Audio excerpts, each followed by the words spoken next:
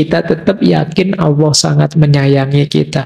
Allah penuh dengan anugerah pada kita. Itu namanya harapan, namanya roja.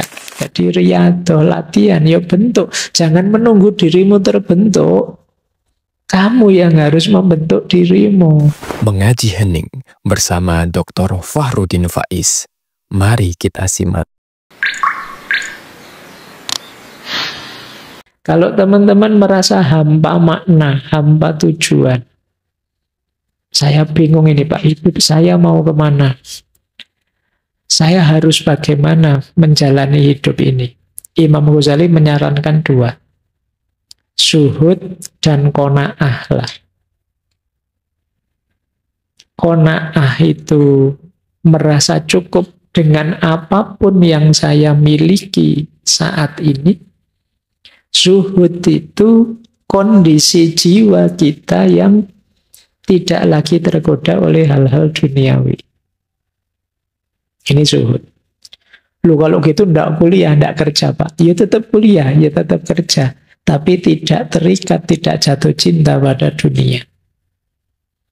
Ini membuat kita lebih mudah menetapkan tujuan. Memberi makna hidup. Dibandingkan kita masih tenggelam dalam hasrat ambisi duniawi, kata Imam Ghazali. Kenapa begitu ya? Hasrat ambisi duniawi itu sering mengecewakan, membuat kita putus asa. Mari kita terima saja, ya yang kita miliki ini ya sudah. Itu namanya qanaah. Dan tidak mudah tergoda, tidak mudah terpesona oleh hal-hal yang sifatnya duniawi. Itu ada kata mutiara yang luar biasa dari Sayyidina Ali bin Abi Thalib. Beliau menyatakan, ya dunya hurri wairi lakot tolak tuka salasatan. Wahai dunia, godalah orang lain saja selain aku. Kenapa? Aku sudah menalakmu tiga. Jadi itu Ali bin Abi Thalib. Itu membentuk jiwa yang zuhud. Saya tidak tahu kalian berani tidak bilang begitu. Wahai dunia, aku sudah talak tiga padamu. Tidak mungkin rujuk lagi sudah. Baik. Ya kalau di usia-usia kalian masih tidak gampang untuk qanaah. Tapi boleh latihan. Intinya bagaimana jiwa kita tidak terikat dengan dunia. Kemudian kalau kita mengalami hampa spiritual, hampa nilai. Tadi kita merasa, Pak saya itu kok tidak berharga ya Pak. Apa sih nilai kehadiranku? Imam Ghazali menyarankan dua, riyadhah dan mujahadah. Riyadhah itu latihan. Sederhananya, ya bentuklah dirimu biar jadi orang yang bernilai, berharga. Jadi riyadhah itu ya amal-amal keagamaan kamu jalankan, maka kamu merasa bernilai dalam hal agama. Bentuk dirimu jadi orang pinter, ya kamu nanti bernilai jadi seorang intelektual. Bentuk dirimu jadi pekerja yang tangguh, yang berkarya produktif, ya nilai dirimu jadi manusia yang produktif. Jadi riyadhah, latihan, ya bentuk. Jangan menunggu dirimu terbentuk. Kamu yang harus membentuk dirimu. Itu namanya riyadhah. Saya nunggu saya Pak, besok siapa tahu saya jadi. Siapa tahu saya jadi. Kalau kamu ingin jadi, bentuk dirimu. Pengen jadi dosen, latihan mulai sekarang. Ngobrol, ngajar kok ngobrol. Ngajar yang enak, terus jadi latihan membaca yang banyak. Itu jadi membentuk dirimu jadi dosen yang berkualitas. Jangan menunggu, jangan, nanti kalau saya ditakdirkan Allah jadi dosen kan yo bisa-bisa sendiri Pak. Yo kalau nunggu begitu ya ndak jadi, nanti kamu tiba-tiba jadi dosen beneran, terus ndak bisa ngajar, terus bingung waktu ngajar, terus kamu stres lagi. Apalah nilai saya Pak, nanti jadi begitu lagi. Maka riadohlah mulai sekarang. Latih dirimu. Pengen jadi bisnismen yang sukses, latihan mulai sekarang. Bentuk dirimu. Latihan mental ekonominya, ilmu ekonominya di-upgrade, itu namanya riadoh. Jangan lupa mujahadah, berdoa. Yo, tetap segalanya Allah yang mengabulkan. Terus, kalau teman-teman kesulitan dalam hal pengendalian diri, solusinya kata Imam Ghazali, harus ada khauf dan roja. Khauf itu rasa takut pada Allah, roja itu harapan pada Allah, dua-duanya harus imbang. Baru diri kita terkendali. Karena adanya khauf, maka kita tidak sembrono dalam hidup. Takut Allah murka, takut mendapat siksanya. Itu kan kita hati-hati. Nah, tapi juga tidak hanya takut, kita juga berharap. Karena ketakutan saja bisa melahirkan keputusasaan. Kita tetap yakin Allah sangat menyayangi kita. Allah penuh dengan anugerah pada kita. Itu namanya harapan, namanya roja. Jadi khauf saja bisa putus asa, tapi tanpa khauf orang bisa sembrono. Roja saja orang suka-suka dia, ala dosa ndak apa-apa lah, maksiat dikit-dikit ndak apa-apa. Allah Maha Pengampun. Banyak cerita-cerita orang dosanya 99 itu aja masih diampuni, sampai yang ke 100 kita paling dosa kecil-kecil. Ini namanya sembrono, ndak ada roja. Jadi tidak ada takutnya sama Allah. Isinya harapan saja, membuat kita sembrono, menyepelekan. Maka khauf dan roja ini harus imbang. Terus ya kalau ini ya, kalau kita stres dan frustasi, kuncinya tetap sabar. Ya, mbok sabar. Kita bagaimana caranya, ada tekanan apapun, sabar itu ada dua ya, ada sabar yang aktif, ada sabar yang pasif. Sabar yang pasif itu ketika kita ditimpa sesuatu. Sabar yang aktif itu ketika kita menjalani sesuatu. Sabar yang aktif itu istiqomah. Sabar yang pasif itu siap menanggung apapun ketetapannya Allah. Nah, kalau teman-teman kegelisahannya adalah cemas tentang masa depan, solusinya adalah tawakal. Tawakal itu berarti sepenuhnya pasrah pada Allah. Iya, tapi setelah didahului ikhtiar.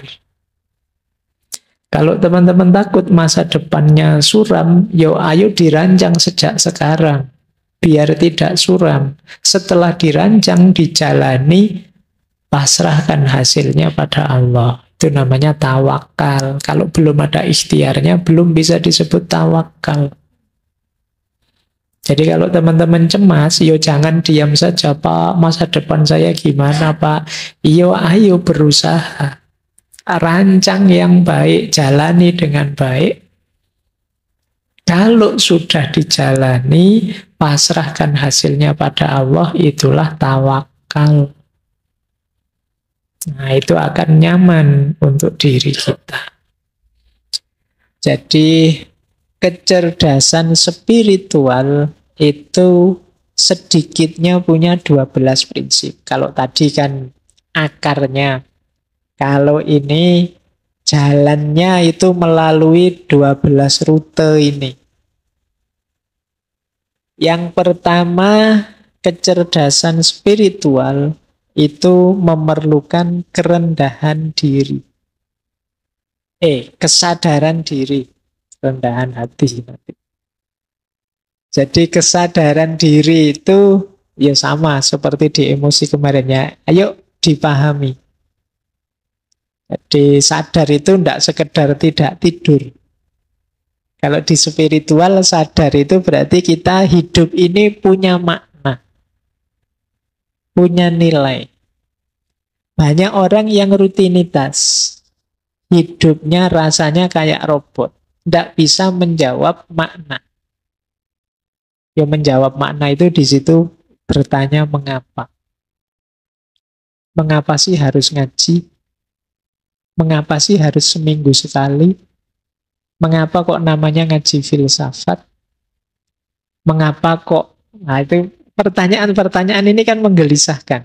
Tapi kalau kita bisa menjawab, disitulah kita sebenarnya hidup dengan bermakna. Tidak sekedar menjalani rutinitas hidup. Jadi yang pertama itu kesadaran diri.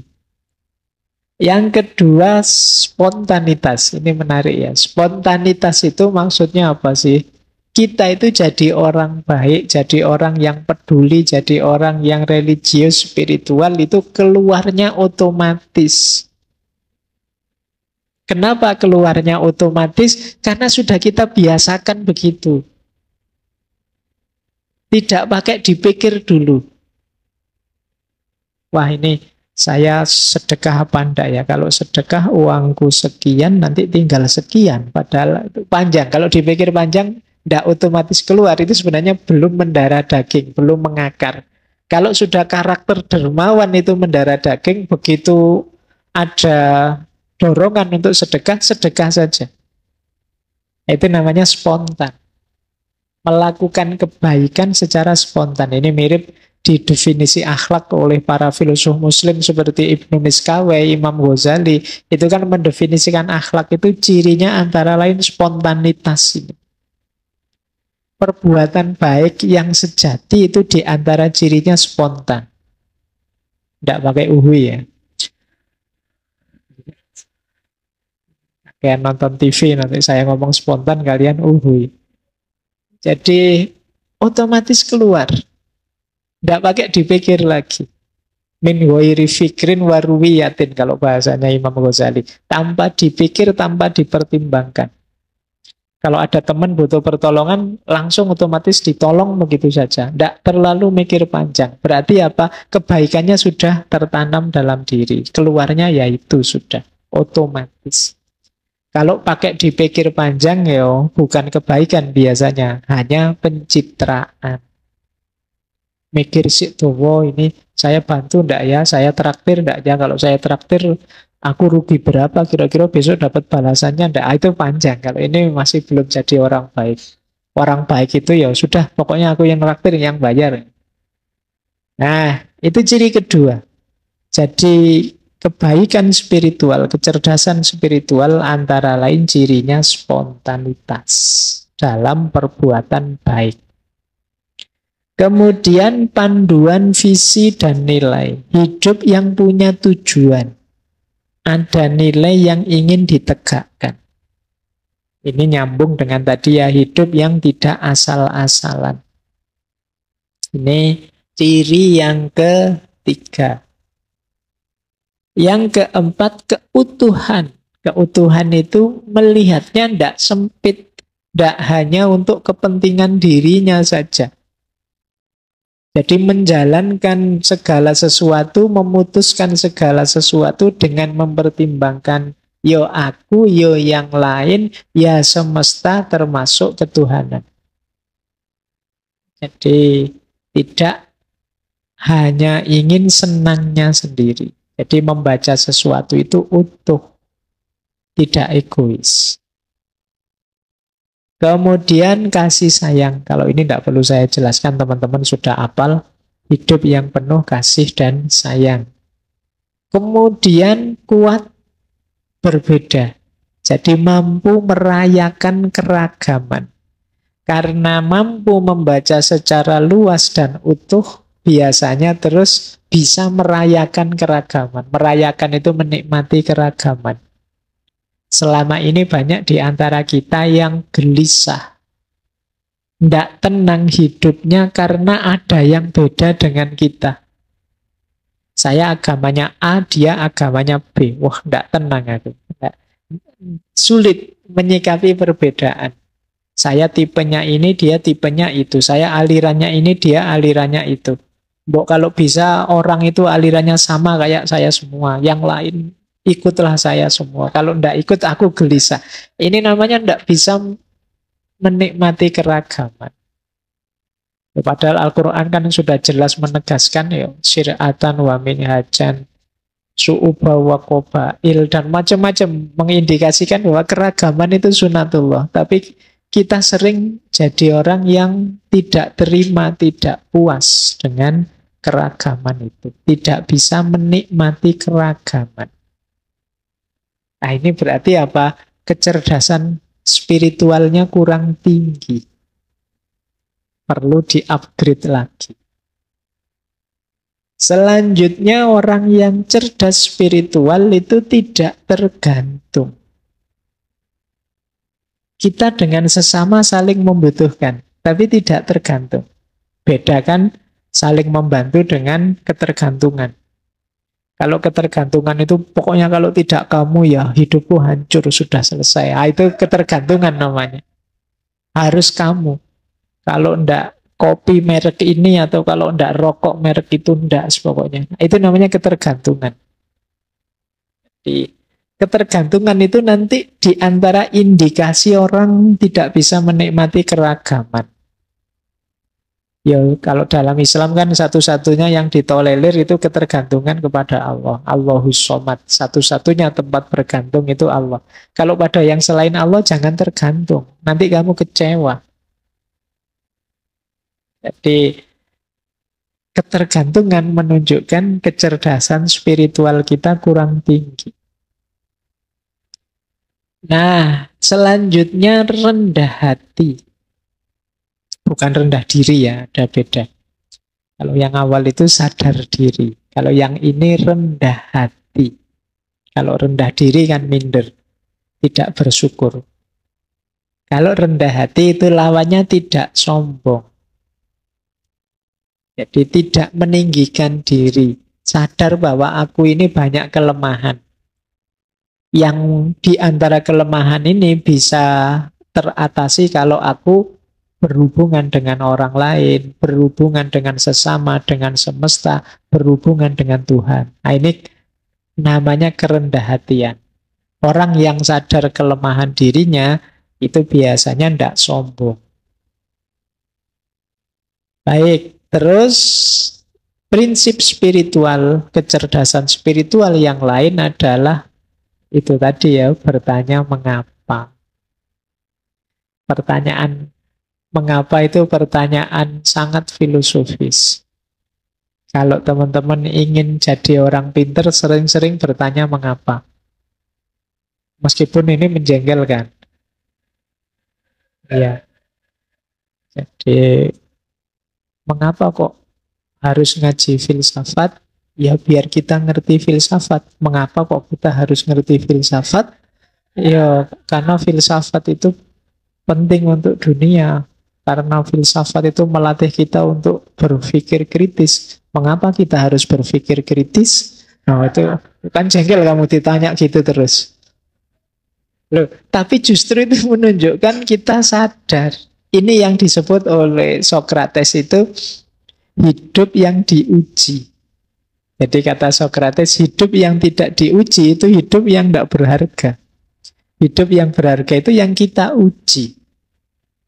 Mengapa kok kuliah di kampus itu? Kok ambil jurusan itu? Itu harus tahu jawabannya. Kalau tidak, berarti kemarin asal-asalan. Karena di situ ada beasiswanya, Pak. Mengapa kok cari yang ada beasiswanya? Ya karena saya tidak banyak uang, Pak. Lah, mengapa kok tidak banyak uang?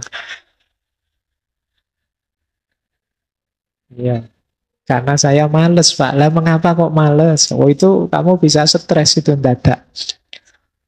Oke, tapi itu bagian dari kecerdasan spiritual. Hidup yang tidak asal, hidup yang bermakna. Nah, selanjutnya di antara ciri kecerdasan spiritual adalah kemampuan reframe. Kemampuan reframe itu memberi frame ulang, memberi makna baru. Kadang dalam hidup ini kita perlu memberi makna baru. Misalnya ada teman-teman, wah Pak, akhirnya kuliah saya gagal Pak. Nah, misalnya ini contoh. Loh ini kan frame-mu frame kegagalan. Mungkin bisa kamu kasih frame baru. Saya berarti perlu tantangan yang baru selain kuliah Pak. Itu namanya reframe. Ini bukan kegagalan bagi saya Pak, tapi kebebasan. Nah ini namanya reframe. Jadi di antara ciri orang yang cerdas spiritual itu mampu memberi frame baru. Orang yang sulit memberi frame baru itu nanti mudah putus asa. Kalau pas hidupnya sulit, kalau pas hidupnya senang, mudah terlena. Justru dengan frame baru, ini kendali dirinya lebih kuat. Iya sih, saya ini sekarang baru unggul menang. Tapi manusia itu mana ada yang sukses terus. Nah, ini saatnya saya harus hati-hati. Ini namanya reframe. Kemampuan reframe ini penting dalam hidup kita. Biar kita tidak putus asa dan juga tidak lupa diri. Kemudian sikap positif menghadapi masalah. Itu juga ciri-ciri orang cerdas spiritual. Tidak ada masalah yang harus diratapi sampai sedemikian rupa atau diputus asai sampai sedemikian rupa. Masalah itu jembatan kita untuk berkembang. Kalau tidak ada masalah, ya kapan kita bisa berkembang? Kalau kita di zona nyaman saja, kapan kita bisa jadi lebih baik? Nah, orang yang cerdas spiritual, dia bisa bersikap positif terhadap masalah. Yang terakhir, prinsip kecerdasan spiritual itu adalah dorongan untuk berkarya, berkontribusi. Jadi hidupnya tidak egois.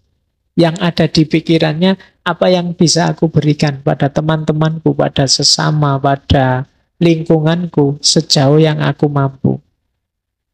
Jadi orang yang cerdas spiritual itu kreatif. Dia terdorong untuk memberi terus-menerus. Dia berpikir apa yang bisa aku berikan. Karya apa yang bisa memberi kontribusi pada sesamaku.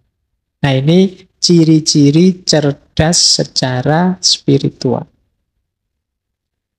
Jadi ini 12 prinsip. Diingat-ingat nanti kecerdasan spiritual kita bisa terupgrade dengan indikator 12 ini. Cirinya, prinsip-prinsipnya ini. Terus, manusia cerdas spiritual itu profilnya seperti itu yang saya tulis. Dia mengenali dirinya dan dari sekitarnya. Kemudian menjalani hidup dengan tulus dan rendah hati. Dia sadar batas pengetahuannya, percaya pada kebijaksanaan hidup. Percaya pada kebijaksanaan hidup itu kalau dapat sedih, dia tahu ya memang saatnya sedih, sunatullahnya begitu. Apapun yang terjadi pasti itu versi terbaik seperti yang dirancang oleh Tuhan. Kemudian tidak tertarik menjadi apa yang orang lain inginkan. Jadi kalau dia ingin sesuatu ya dia sampaikan. Tidak mudah terpengaruh, tidak mudah terdistraksi. Kemudian bijaksana. Kemudian dermawan, memberi tanpa mengharap balasan. Kemudian orangnya tenang. Tidak mudah panik, tidak mudah heboh. Kemudian merangkul siapapun yang hadir dengan rasa bersyukur. Tidak milih-milih orang, tidak memilah-milah orang, melabel-labeli orang. Membersihkan diri dari keterikatan dunia. Dan yang terakhir, menspiritualkan pengalaman. Menspiritualkan pengalaman itu tadi ya, pengalaman apapun dihubungkan dengan Tuhan, dihubungkan dengan yang maha tinggi. Uang itu duniawi, kita spiritualkan dengan cara kita menyedekahkannya. Kambing kita itu harta duniawi, kepemilikan duniawi, kita spiritualkan dengan cara kita korbankan. Jadi ini namanya menspiritualkan pengalaman. Makan kita itu sebenarnya urusan perut saja, kesehatan duniawi biasa. Kita spiritualkan dengan cara kita niat makan biar kuat jasmani rohani untuk ibadah menjalankan amanat hidup dari Allah. Ini namanya menspiritualkan pengalaman. Jadi pengalaman apapun kita sambungkan dengan yang maha tinggi, dengan Allah. Baik, orang yang ingin cerdas secara spiritual harus dimulai dari akarnya. Jadi pelan-pelan kita bangun kecerdasan spiritual. Diawali tentu saja dari kesungguhan. Ini mirip dengan yang emosional kemarin ya. Bahwa kecerdasan spiritual ini sifatnya potensi dalam diri kita. Kalau tidak digunakan ya tidak ada gunanya. Kalau tidak digunakan ya mati. Maka pertama-tama akar kecerdasan spiritual itu kemauan dan kesungguhan kita untuk berefleksi, untuk merenungi hidup, untuk memikirkan makna. Kalau kita tidak mau, Pak saya ikut saja orang lain, Pak saya asal jalan saja, ya kecerdasan spiritualnya macet. Jadi yang pertama ini sungguh-sungguh ya, kalau bahasa agamanya niat. Ya kalau tidak niat ya apa-apa tidak akan hasil. Jadi rumus pertama adalah yuk sungguh-sungguh mari menyisihkan waktu untuk merenung, untuk muhasabah, untuk memperhatikan hidup ini, diri kita, lingkungan kita, melalui refleksi, melalui tadabbur, tafakkur, dan lain sebagainya. Terima kasih sudah menyimak. Semoga channel Mengaji Hening bersama Dr. Fahrudin Faiz selalu bisa memberikan ilmu, motivasi, dan kebermanfaatan. Salam sehat dan bahagia.